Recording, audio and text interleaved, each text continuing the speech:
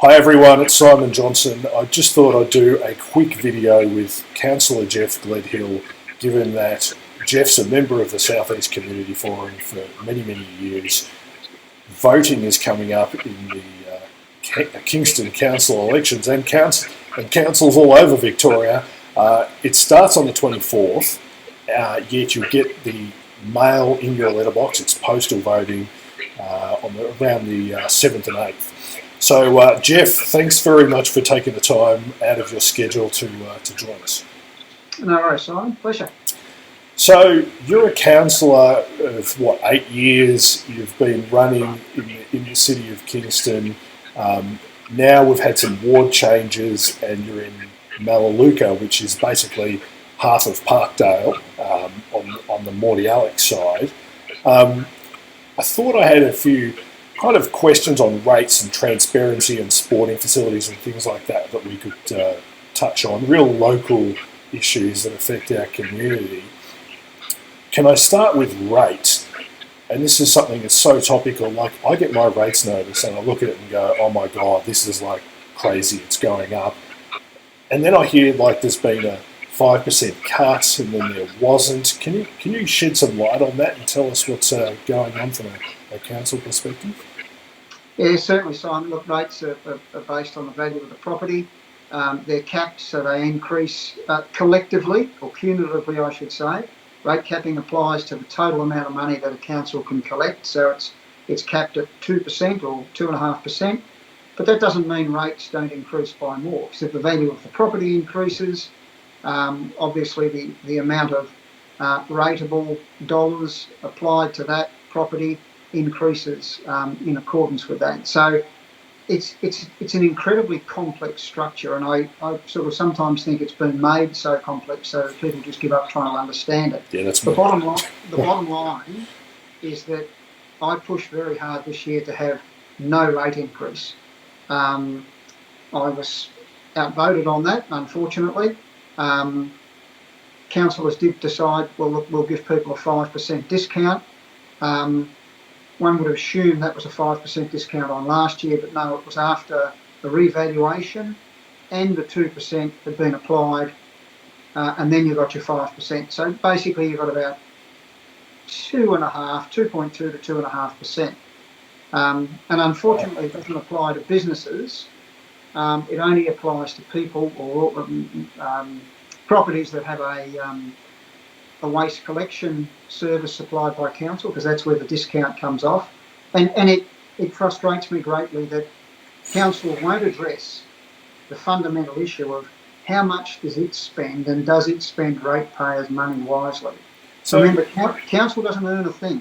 Yeah. It takes and spends on behalf of. So when we hear things like I heard, oh, we've got 5% and all these people are running around saying we've got 5%, that's rubbish because of what you've just said. Like it's 5% after they kind of jack up prices, and it's only subject to these clauses and things like the average person, like the average granny living over the road isn't going to know all the fine detail in that. She's just going to read, oh, I got 5%, but then she gets a rates notice and goes, hang on a minute, that doesn't work out. That's right. It's the old sort of thing. It's the details in the fine print. Yeah, that's terrible. So no, that's not what I wanted. But so I guess that brings us kind of to some of the transparency issues that I see around council, or the lack of transparency that's been going on for a while. Just speaking generally as someone who's gone to quite a few council meetings and wants that part of his life back, I see a lot of things that are kept in council confidential. So, they're kept to the end of the meeting for people who haven't been to a council meeting before. They're sort of kept to the end of the meeting, and then all the people get kicked out of the room because it's all secret squirrel and no one's allowed to know, and it's kept from the public. You guys get to know. So, why... So there's kind of two parts to this question. Why does that happen? Why aren't ratepayers allowed to know what council's doing behind closed doors? And I guess two is council, and this is something I've discovered recently through a request to Kingston directly, council spent like millions on acquiring some land in Chelsea.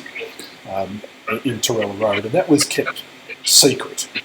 And I've been told the reasons by council, not you, but the media team on what that is, and I've yet to publish anything, so I don't want to I can't ask you about that because you don't know, because you haven't seen it. But how do they keep $1 million acquisitions secret? Like, does this seem at any way kind of wrong? There's two ways. There's two ways that something becomes confidential or considered in camera. That's the CEO will determine something simply based on the Local Government Act. Right. If it's to do with the issue of a tender, there's a commercial in confidence aspect. We might have to vote on the tender for cleaning or whatever, beach raking or whatever it might be. Yep. And that's the Local Government Act says you can't discuss that sort of thing in public. Mm-hmm. It may be that we're talking about a ratepayer that may have been having difficulties in paying their rates, and council are looking at some sort of program to assist them through that. Well, obviously you wouldn't want that discussed in public. You respect the privacy of the individual. Beyond that, councillors do work quite hard in some cases to have things discussed in camera, and as to their motivations, well, you'd have to ask the individual councillors. But my observation is that it's usually when they're trying to do something that they think they may get a bit of blowback on, and to avoid that, if it's kept in camera, well then they probably feel more secure in talking about it. The land you referred to, look, councillors can make within reason any decision they reasonably choose to. It's lawful. Now, the majority of councils determine the outcome, and that's democracy, and we win some and we lose some. If you get elected, you've just got to accept that. Yeah. What I don't like is I don't like processes that aren't transparent. I don't like processes that exclude matters from the scrutiny of the people you're there to represent. We're all simply ratepayers in the City of Kingston who decided to put our hand up and say, hey, I can represent you for the next 4 years, and people chose to give you that honour. And I think you owe it to them to talk about things as difficult as they might be. And you may get people who vigorously argue with your position. That's what it is. If your position's so good, if you've got faith in your position, whatever it might be, put your compelling argument to them. So is this a case that, and this is me saying this, is this a case in Kingston? We've got largely what I would call a Labor-dominated council. It's whatever basically this group of people say is going to happen. So if they want to go and buy some land, if they want to narrow Beach Road, if they want to narrow Parkers Road, they just go and vote and do it, and you've got to suck it up. Is that? Well, look, yeah. If councillors choose as a habit to vote together, then that's the outcome you get. And whether they're politically aligned or not, they might just be a group of like-minded people. Yeah. But that's what can happen, and I think that's where the community feel let down, and I believe rightly so. Everybody, when you get elected, you represent everybody. And that's at any level of government. The day you get elected, you represent everybody. The person who stood there holding up a sign all through the election campaign saying you're an idiot, you now represent that person, and you do your very best for that person. And that is by listening to them and airing the position that they've expressed to you. And that too often doesn't happen. Yeah, I agree with that. And speaking personally, I think, you've got that philosophy, and I see that in a few other councillors who have that philosophy, but I don't see it across the board, and I think that's just the world we live in at the moment, perhaps. I guess moving on to things like, we've in your area, in your neck of the woods, and in my neck of the woods, we've got a local sports facility, Don Tatnall. I've known Don Tatnall for a very long time. it's been, I guess it's no secret that it's been deteriorating over a few years. And from my perspective, I look at it and go, we had this really great pool, and now it's just been left to ruin. And just before an election, just before a council election, all of a sudden it's, we just see these campaigns. Like, I've seen one from people who don't even live in the area coming in and putting leaflets in my letterbox saying "Save Don Tatnall." Like, it's ridiculous. But this seems to be some sort of political campaign to save it, when the very people who could save it are on council. Like, it doesn't make sense to me. What's going on with Don Tatnall?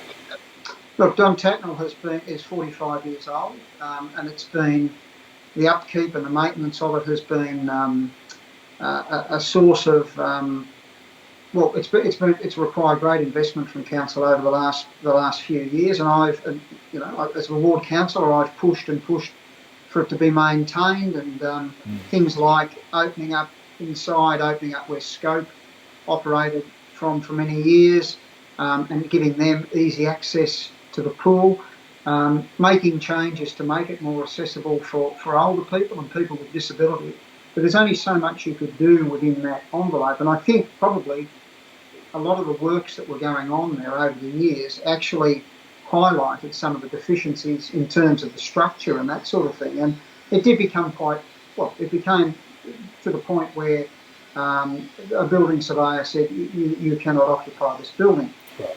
Now, at that point, it became obvious that it couldn't be repaired, because to repair it, you had to remove it, fix it, and then put it back. Well, that in itself is just a ridiculous notion. Yeah.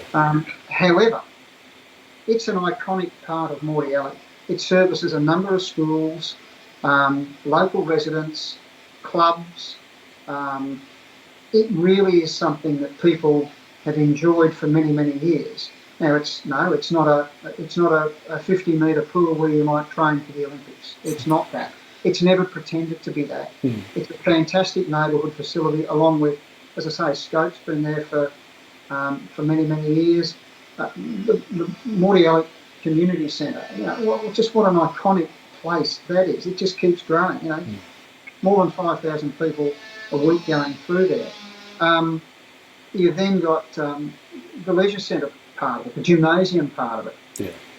And I've said all along, I want Don Tatnall rebuilt.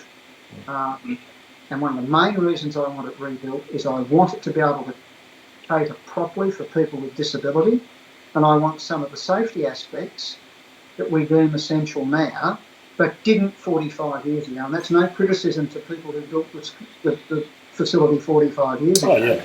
We need to update that. We need a modern, family-orientated community facility in that same spot. So where is it at now? What's for people in Parkdale? There's been consultation. I've run a few polls on Facebook, and 99% of the people want it to stay where it is. Yeah, there has been some discussion. Look, we could move it further south. Well, I think what those councillors or those proponents of that sort of thing should be saying is, we need a facility further south, rather than move this one, because I don't think people that I've represented over the last 8 years, and people who've enjoyed this facility for a lot longer than that, should necessarily be disadvantaged. There may well be a case for a further investment in an aquatic facility, towards the south of the city. Yeah. And that will be determined by those residents there, and by speaking with those residents. We have had, as is council normal want, we've had a consultant come in and tell us everything we need to know about the place we live. Thanks, we knew that. We don't ask the community. They tell you what they need. Yeah. That's the best. They're the best consultants I deal with. Yeah. So speaking of the community, like, this is specific to the Melaleuca Ward that you run in. Pedestrian crossings. We've got a pedestrian crossing that's been on the cards at Parkdale. I know I went to council a few years ago, maybe 2 or 3 years ago. I think you presented a petition, if I'm correct, from the local traders and others, because of how dangerous it was for kids to cross between the Parkdale shops and the train station. Well, I came back to council probably about a year ago and asked, I think it was John Nevins, the former CEO, about that, and I was told it was in train. Where's that? Because what I'm also seeing is, some other people just pop up, these candidates, some of which I think are running against you, or may not be. Maybe they're in other wards. I don't know. But what I'm seeing is people just making up these issues, and I've never seen these people before ever. They've probably never gone to a council meeting, or wouldn't know how to run a petition. But and they're in other areas along Como Parade, not necessarily in Parkdale, where the real issue is. So, do you happen to know where that's at, and what's your view on, pedestrian crossings in Parkdale, and perhaps how fast council should move in getting this stuff done for us? Yeah, they're really good points. In the Parkdale shops, yes, that program's been set in train. I was speaking to the traders, some of the traders up there not so long ago, prior to the lockdown. Their concern is how long council would take to actually complete the work. And I think all those traders have suffered because of the level crossing works up in Mentone and Cheltenham, because the trains were out of action for so long. And again, that obviously, if you're replacing railway lines, you've got to stop the trains, and we understand all that, but there is an impact on local business. And the feedback I've got from the businesses is, look, please don't do it over the summer months. Please don't do it in our busiest time. And whilst there is some cosmetic changes and movement of light poles and things like that, council are always very keen to replace paving, replace footpaths. Yeah. I'm also very keen that access is retained for those businesses. And we saw what happened in Mentone when footpaths were replaced there. It nearly sent them to the wall. Then the level crossing works came along, and they copped another hit, and then they got a lockdown. There's a number of them won't survive. These works have to be done when the traders can actually work through it, and we have to work very closely with them, and council hasn't done that. So that will proceed. There's no impediments. It's simply working with the traders to get the best timing. As far as safety goes, one of the things that I've campaigned on is an audit of all pathways, footpaths and crossings across Kingston, because I think some of the decisions have been made, and the Bay Trail is a perfect one. Bay Trail is a great thing to have, but we built, and I won't go into all that, but we built a minimalist option. It is the smallest, narrowest Bay Trail. We narrowed the road, we put parking away, and now we have safety issues on that. We've had 6 instances of late where people have been hit by bikes on the trail. I've had numerous phone calls from people who walk down the lower boardwalk and there's bikes on there. Now, that's all fine. Look, I understand from the bike riders' point of view, though, they don't want to use the road because there's congestion and now there's more roadworks going on. But these projects have to be thought through. Now, COVID means there's more people walking around, people are at home, so the Bay Trail is carrying extra traffic. But if you look at it, and you look at summer approaching, whether how much we're still affected by COVID, we don't know. But there's going to be lots and lots of people on that path, and really the path has been built in a way that safety hasn't been considered. Yeah. And it's the same as some of these crossings. I had the Warrigal Road crossing changed, particularly during the LXRA works. And, wherever there's a school, we've got to be able to get backwards and forwards. That crossing you refer to near Rogers Avenue, that has gone out to advise the community that some changes are going to be made. Council did try and shortcut that and say, we'll put a crossing on one side of the railway line and not the other. Fortunately, I had them backtrack on that, because that really, if someone's going to cross the road one side of the railway line, you would assume they're going to cross it on the other as well. They could spend millions of dollars on narrowing a road that no one wants, but let's do half a crossing because that makes sense. So I guess back to kind of businesses, because I know a lot of businesses and small traders are suffering. Like there's so many. This is in your ward of Melaleuca. There's so many little cafes and businesses and things like that are doing it tough. What's your advice to them, particularly? And I know there's a limit to what council can do, other than maybe something with rates. But what's your advice to them at the moment? Look, I think that in terms of individual businesses having problems, in terms of making payments that they have to make to council for whatever, talk to council. We did introduce a number of relief packages for small business, particularly retail businesses. Yeah. Waiving certain fees for tables outside. You can't charge someone for tables outside when they can't put them outside. There is relief available for those businesses that are part of the JobKeeper program, although that's difficult for council to find that information. Certainly, I think that council has an absolute obligation to support to the hilt its local businesses. I just don't mean retail businesses and manufacturers, commercial operations out through Mordialloc and Braeside. There's some fabulous suppliers out there. I think council's really got to rethink exactly how it goes about some of its procurement programs, because these businesses, they provide jobs. They provide fantastic levels of employment for residents, their families, and that's important to keep that in our area if we can. Now, the retail businesses, our shopping precincts, if you look at some of them at the moment, with so many businesses closed, if we don't support them and if we don't encourage people to support them, that's how they're going to look into the future. And one of the things that I managed to get through the last council meeting before we went into caretaker was for officers to analyse all the local laws we have to remove in order to allow those businesses, and I'm talking more in the hospitality area, when they reopen, when they're allowed to reopen fully.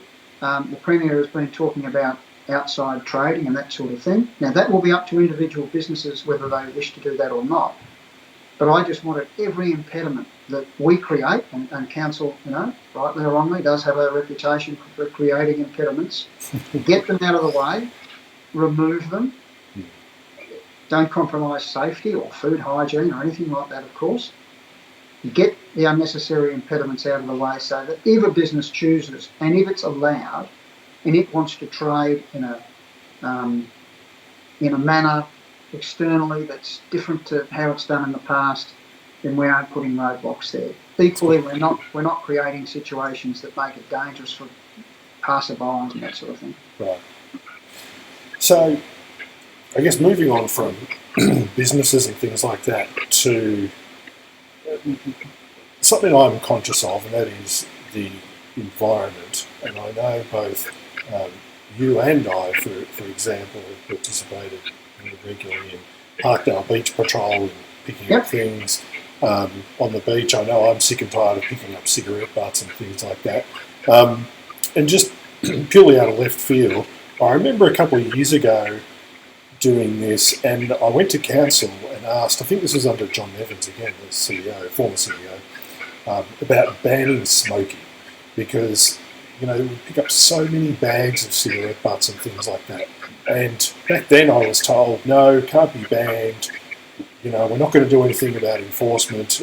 The minutes are public, people can go and Google them and read them and see what I see and the response. But now I found out that all of a sudden, a couple of weeks out for an election, Kingston's banned smoking, when they said they couldn't do it before. Like, what's the story behind the smoking ban? Is it banned? Yeah, the smoking on the foreshore and smoking in particular shopping precincts and that has been included in a local law to prohibit it. One of the problems with any of these this type of thing is how do you enforce it? How do you police it? Yeah. Certainly, I don't think anybody would hide from the fact that we should be discouraging smoking. we've had advice that it falls under the Tobacco Act, and there may be some conjecture as to the legality of banning it. But I think, look, to be quite honest, I think a lot of these things, such as this, work in a way to discourage and create new norms. And look, people have stopped smoking in places where, they would have before in restaurants and that and the like. You can't smoke in an aeroplane. Not that we can get in them at the moment, but you couldn't imagine someone lighting a cigarette in a plane. No. It would just be a horror. And look, I think if you create these norms, then the community is better off. And it's a fine line. You don't want to be sort of big brother on telling you what to do, but I think in terms of a sort of an overall health position for the community, and that doesn't mean that if someone wants to smoke, they can't go to a particular, on their own private property and do so. Yeah. So do you have any thoughts from a pollution aspect, environmental aspect on our bays and waterways? Because, I remember raising another issue, and I can't think of the name off the top of my head, but it was a particular style of sort of fitting over those big drains that drain onto the beach to try and catch some of that rubbish and stuff that's being dumped into Port Phillip Bay. What's your thought on that? Because we've got a huge beachfront here in Kingston, and I know I'm preaching to the converted here, but kind of sick and tired of walking along the beach and picking up rubbish all the time. What's your view? Can council do anything more than you're already doing?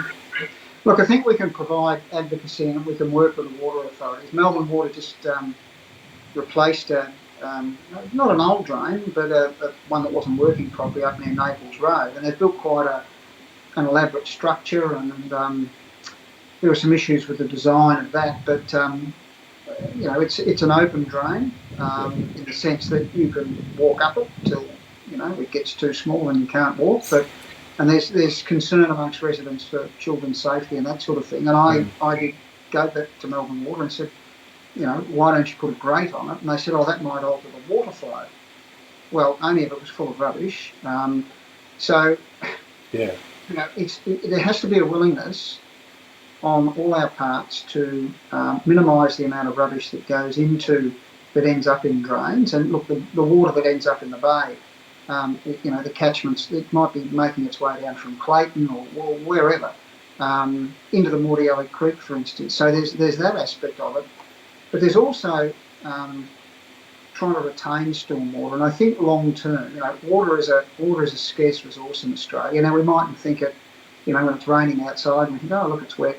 We're talking about a growing population using more and more water for more and more activities.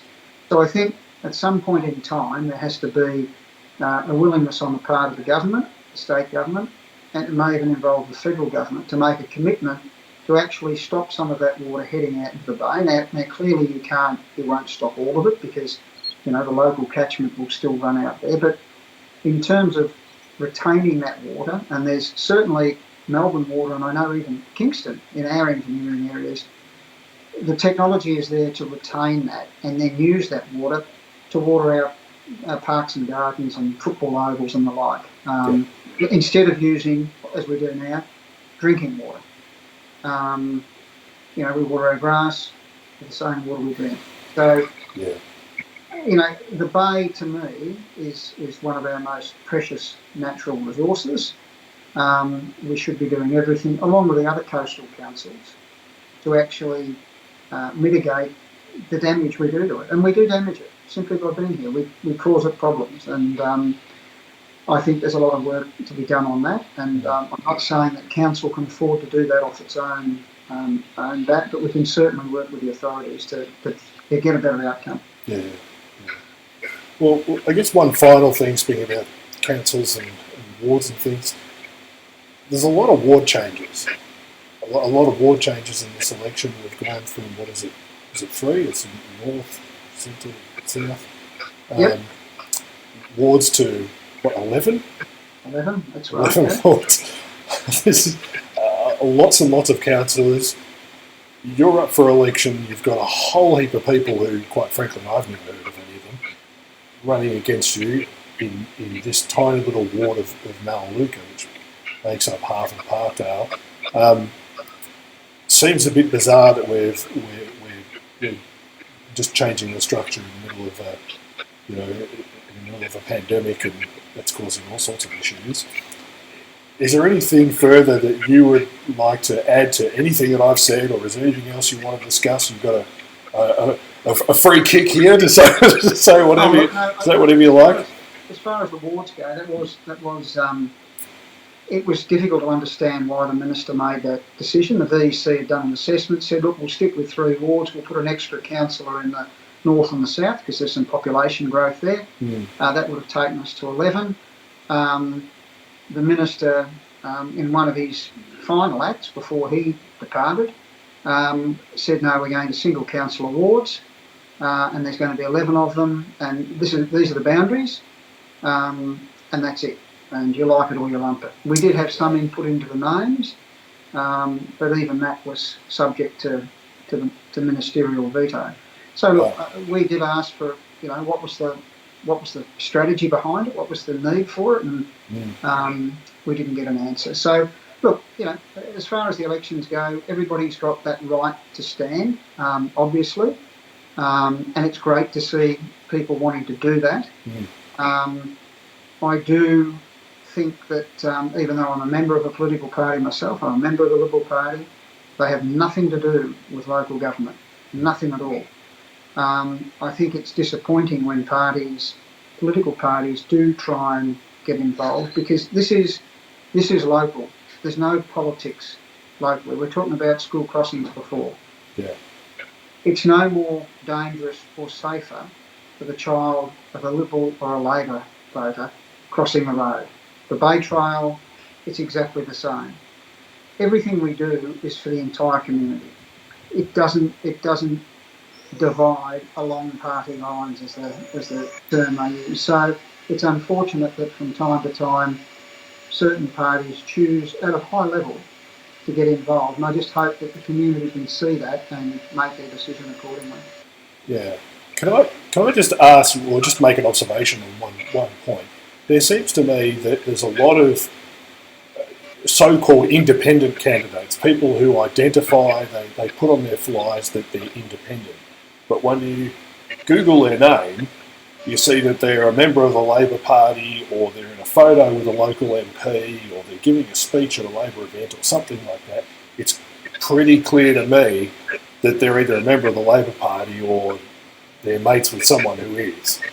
So do you think that there should be... I mean, I was surprised. I wrote to the VEC and said, hey, what's the story with calling yourself independent when you're probably not? And in my view, you'd be misleading people to say that you are because you're a member of a political party. Like, look, I think if you're a member of a political party, I haven't got a problem with someone being a member of the Labor Party and running for council. They've got just as much... And we have Labor councillors now, and most of them, not all, but most of them, I think, really objectively look at their role as a councillor for everybody. I think my concern doesn't lie so much with the individual, because we all have a right to be, a member of a group of some sort. It's when the party itself chooses to interfere and may even coerce people into doing things on behalf of the party as opposed to the individual. Now, I suppose I'm fortunate. I belong to a party where it's a party of individuals. Now, that may be to its detriment at times. It's like herding cats.